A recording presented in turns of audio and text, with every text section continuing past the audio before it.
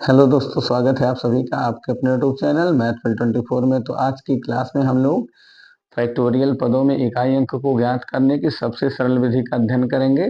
जैसा कि इसके पहले हम लोग पढ़ चुके हैं, गुणन में इकाई अंक ज्ञात करना, घातांक के रूप में इकाई का अंक ज्ञात करना, और अब ये अंतिम टॉपिक है आपका फैक्टोरियल पदों में इकाई का अंक ज्ञात करना।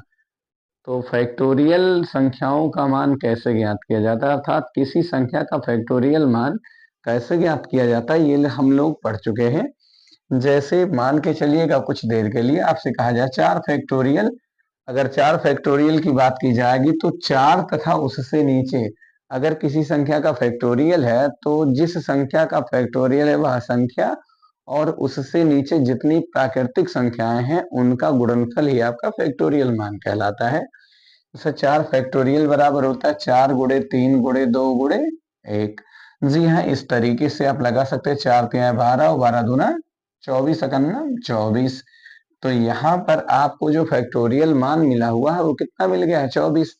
अब यहाँ से कह दिया जाए कि 24 में इकाई का अंक क्या है, तो आप बताएंगे 4 है। कितना है, 4। तो इस तरीके से आपको कुछ क्वेश्चन दिए जाएंगे। जैसे कह दिया जाए फैक्टोरियल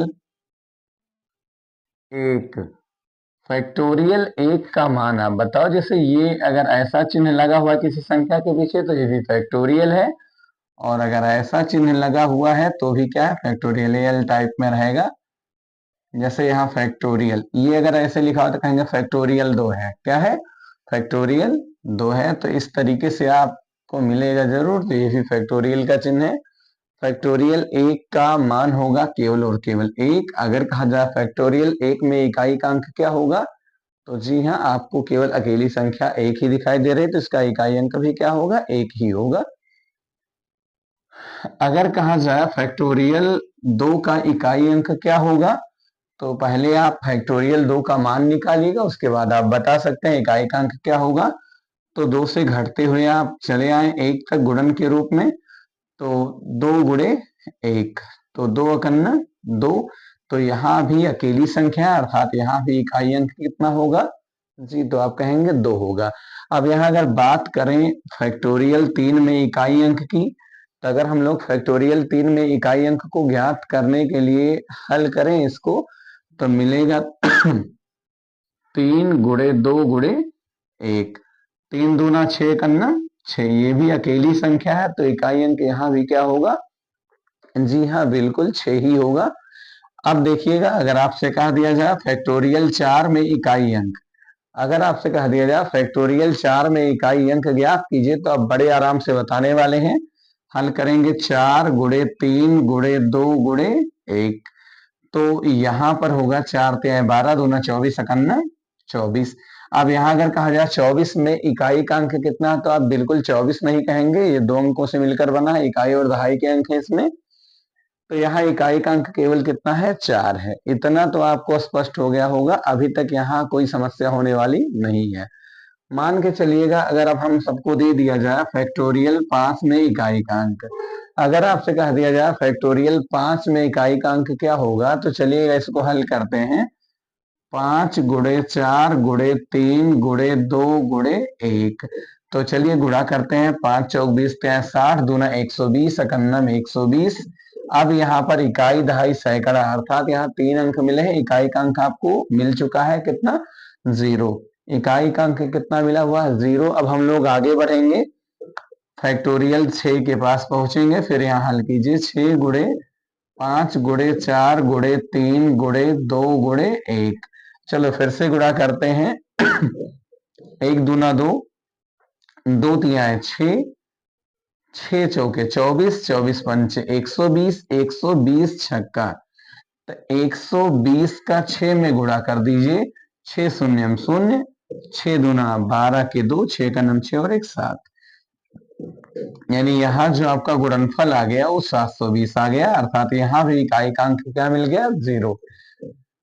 इसके बाद एक और देखते हैं, फिर यहाँ से कॉन्सेप्ट आपको मिल जाएगा कि आगे आप कैसे हल करेंगे। तो अगर फैक्टोरियल 7 की बात करें तो यहाँ होगा 7 गुणे 6 गुणे 5 गुणे 4 गुणे 3 गुणे 2 गुणे 1 बराबर। अब यहाँ गुणा करेंगे तो अब धीरे धीरे आपका समय ही बढ़ता जाएगा जैसे जैसे आप गुणा करते जाएंगे। लेकिन अगर अभी आपको इसे समझना है तो थोड़ी देर के लिए केवल आप गुणा कीजिए, ज्यादा सोचना नहीं है आपको। इकाई अंक ज्ञात करना है तो बहुत लंबा गुणा भी नहीं होगा।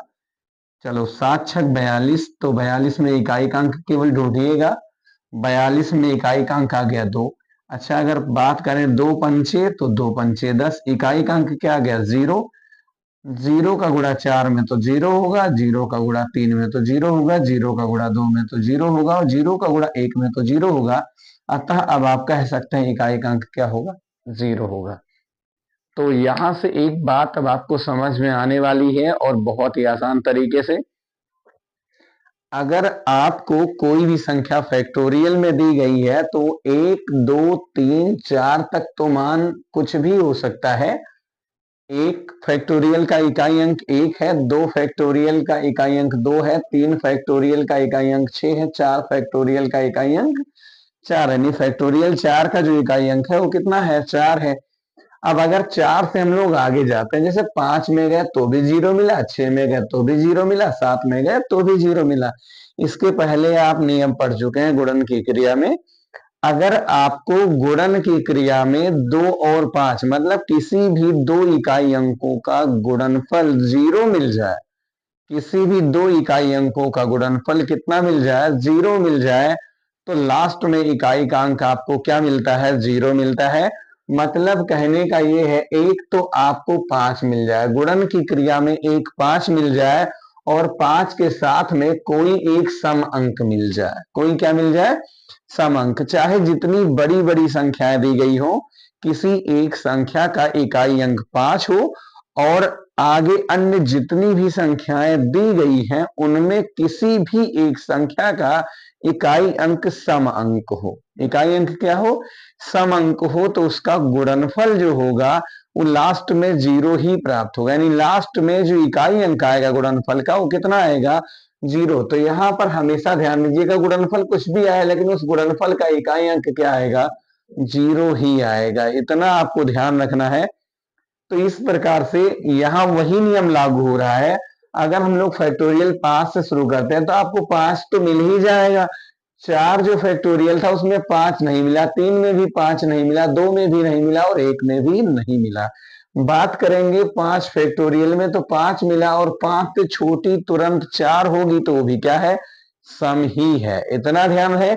आपको जब भी चलेंगे तो गुणा करते हुए घटते हुए 1 तक आना है। कहां तक आना है 1 तक। 6 से चलेंगे तो 6 5 4 3 2 1, देखो 5 और 4, 5 तो रहेगा अनिवार्य है 5 का होना और कोई एक सम अंक होना चाहिए, तो यहाँ 4 भी है और 2 भी है। बड़े आराम से आपका काम हो जाएगा और इकाई का अंक 0 आ जाएगा।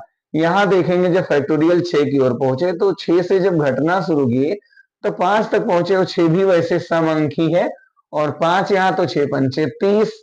अगर हम लोग बात करें 6 पंचे 30 तो यहाँ याद रहे यही 0 मिल गया। अब 0 से आप कहीं भी गुणा करेंगे तो इकाई का अंक हमेशा क्या आएगा 0 ही आएगा। इतना आप समझ लीजिएगा। तो यहां से आपको एक नोट मिल जाएगा। अगर किसी फैक्टोरियल वाली संख्या, अगर मतलब कोई संख्या फैक्टोरियल में है जिसका मान 5 या 5 से अधिक है, मतलब 5 या 5 से अधिक संख्या का जो फैक्टोरियल मान होगा उसका जो इकाई अंक प्राप्त होगा वो हमेशा 0 ही प्राप्त होगा। इतना तो आपको बहुत ही स्पष्ट रूप से समझ लेना है। फिर आप इसको नोट कीजिए थोड़ा जल्दी, फिर बताते हैं आपको यहाँ के कुछ नियम को बता देते हैं और फिर अगर ये संख्याएं घातांक के रूप में दी गई हैं तो उस पर भी हम लोग आज विस्तृत चर्चा करने वाले हैं। थोड़ा इसको जल्दी नोट कीजिए, फिर बताते हैं आपको आज की अगली टॉपिक है क्या। तो आप लोग नोट कर लिए होंगे और अगर नहीं नोट किए तो आप स्क्रीनशॉट ले सकते हैं। इसके बाद देखिएगा यहाँ से कुछ नियम भी हैं, हम लोग उस नियम को समझेंगे। एक बात यहाँ और समझिएगा, अगर यहाँ फैक्टोरियल लगा हुआ है तो अगर बात करें इसकी घात क्या है तो इसकी घात कुछ नहीं है, तो हमेशा 1 होती है। तो यहाँ जो हमारा फैक्टोरियल 7 है इसे आधार कहा जाएगा। क्या कहा जाएगा आधार, और ये हो जाएगा घातांक। क्या बनेगा ये घातांक बनेगा। तो इतना नोट कीजिएगा। अब यहाँ देखिएगा यदि 4 तक है तब तो कोई बात नहीं है, वहां पर जो इकाई अंक है वो चेंज हो रहा है। लेकिन अगर आधार आपका फैक्टोरियल 5 है या फिर उससे अधिक है तो इकाई का अंक सदैव क्या आ रहा है, 0 आ रहा है। इतना आपको याद रख लेना है।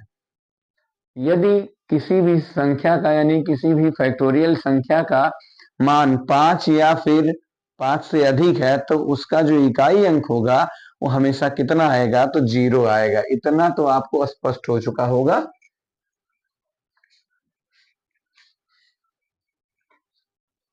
तो अब चलिएगा देखते हैं इसमें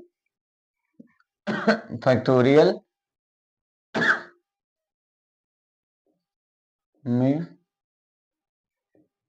इकाई अंक ज्ञात करने के नियम। फैक्टोरियल में इकाई अंक ज्ञात करने के नियम। इसमें देखिएगा 4 तक तो आपको स्पष्ट है। यदि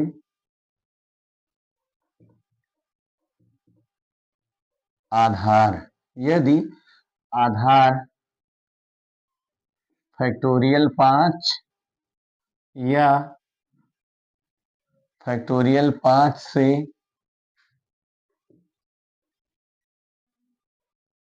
अधिक है तो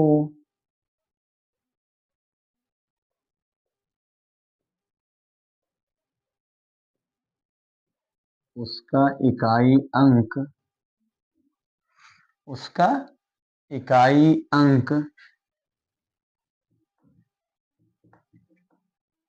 सदैव 0 होगा। इतना तो आपको एकदम रट लेना है, समझ लेना है, इसमें कोई भी दिक्कत होने वाली नहीं है। क्योंकि जब आप 5 से या 5 से अधिक अगर आपको कोई फैक्टोरियल वाली संख्या मिल गई, घटते आएंगे तो आपको एक बार 5 मिलेगा और अनेक सम अंक भी मिलेंगे। तो वहां पर जब आप गुणा करेंगे तो इकाई अंक क्या प्राप्त होगा, 0। तो मतलब संख्या चाहे जितनी बड़ी होगी, अगर आप घटते हुए क्रम में आएंगे तो 2 और 5 जरूर मिलेंगे, और 2 5 का गुणा करेंगे तो लास्ट में आ जाएगा 0।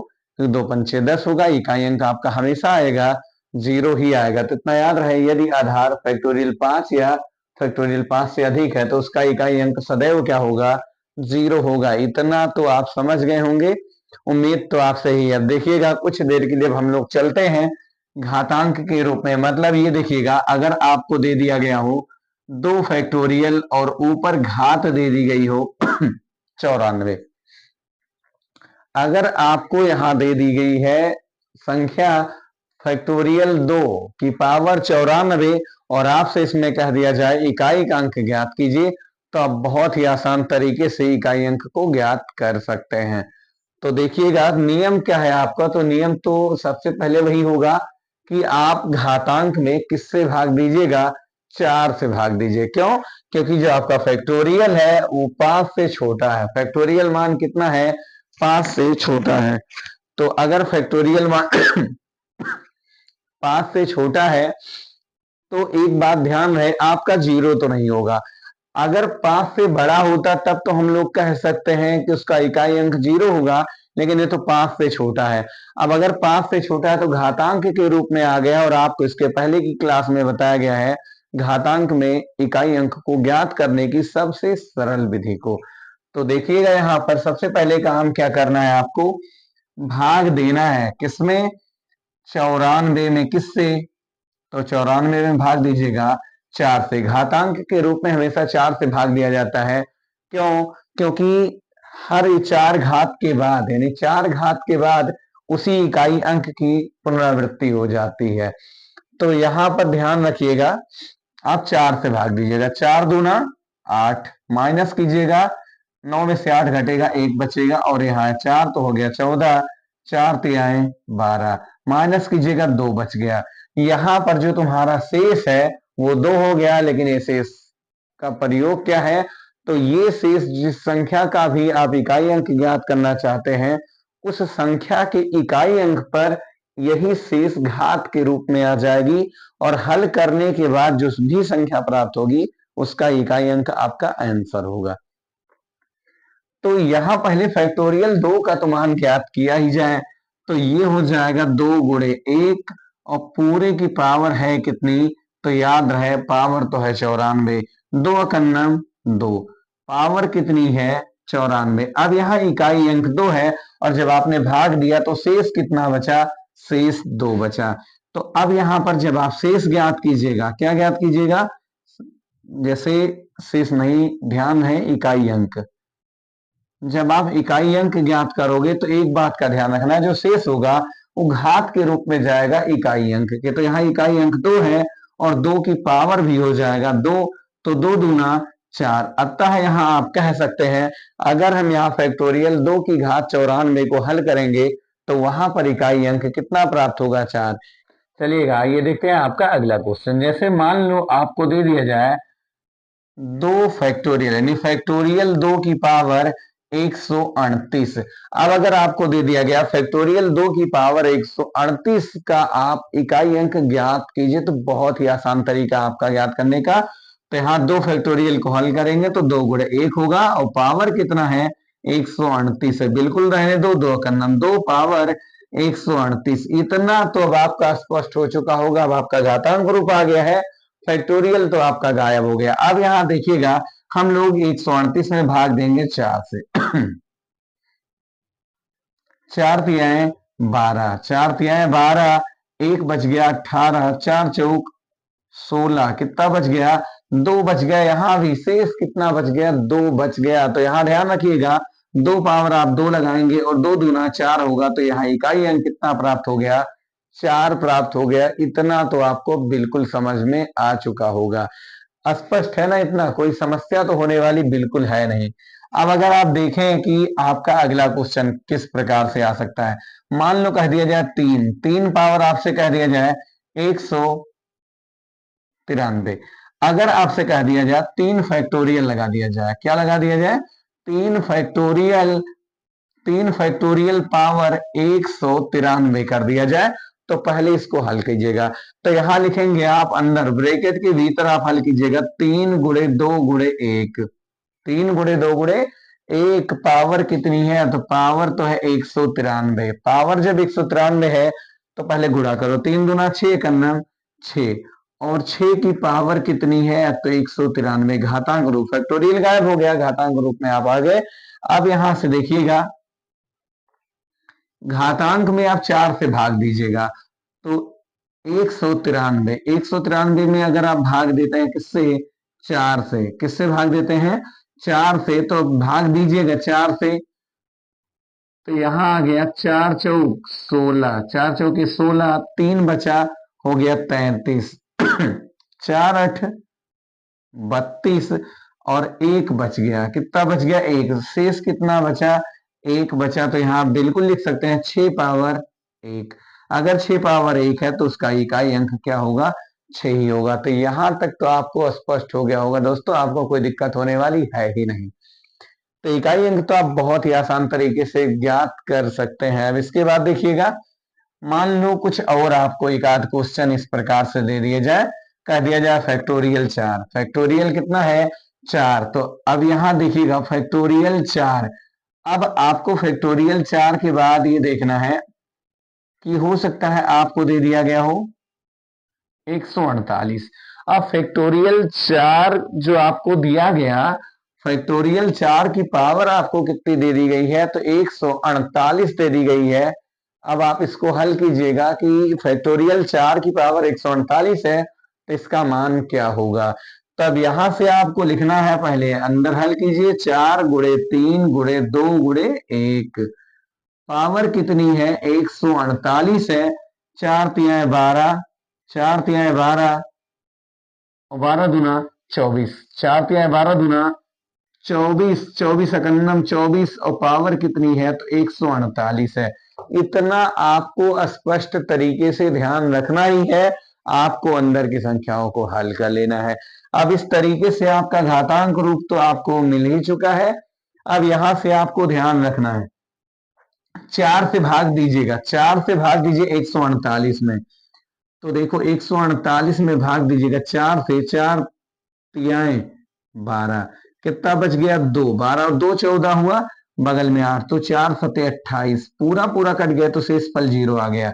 इसके पहले की क्लास में भी आपको बताया गया यदि शेषफल कितना आ जाए, यदि शेषफल 0 बच जाए तो आपका जो भाजक था वही इकाई अंक की घात बन जाएगा। उसको हल करने के बाद जो इकाई अंक प्राप्त होगा वही आपका आंसर होगा। तो यहां शेषफल अगर 0 है तो जो आपका भाजक है वही क्या बनेगा, इकाई अंक की घात। तो यहां इकाई अंक है कितना 4, और तुम्हारा शेष तो 0 है लेकिन भाजक क्या है, वो भी क्या है 4 है। अब यहां से आप हल करेंगे 4 गुणे 4 गुणे 4 गुणे 4, यानी घात अगर 4 है तो उसका 4 बार क्या कर दीजिए, गुणा कर दीजिए।